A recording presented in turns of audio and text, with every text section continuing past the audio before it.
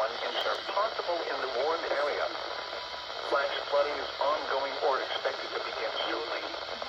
Expected hazards include flash flooding caused by thunderstorms. Source: radar.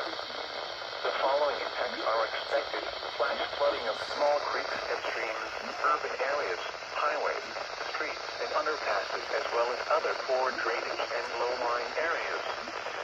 Some locations that will experience flash flooding include Elsinore, Hunter, Brush Arbor, Budapest, Milltown, and Grand Inn. Turn around.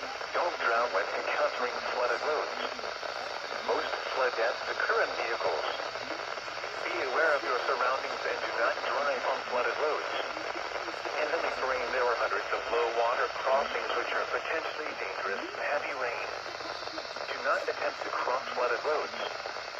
Find an alternate route.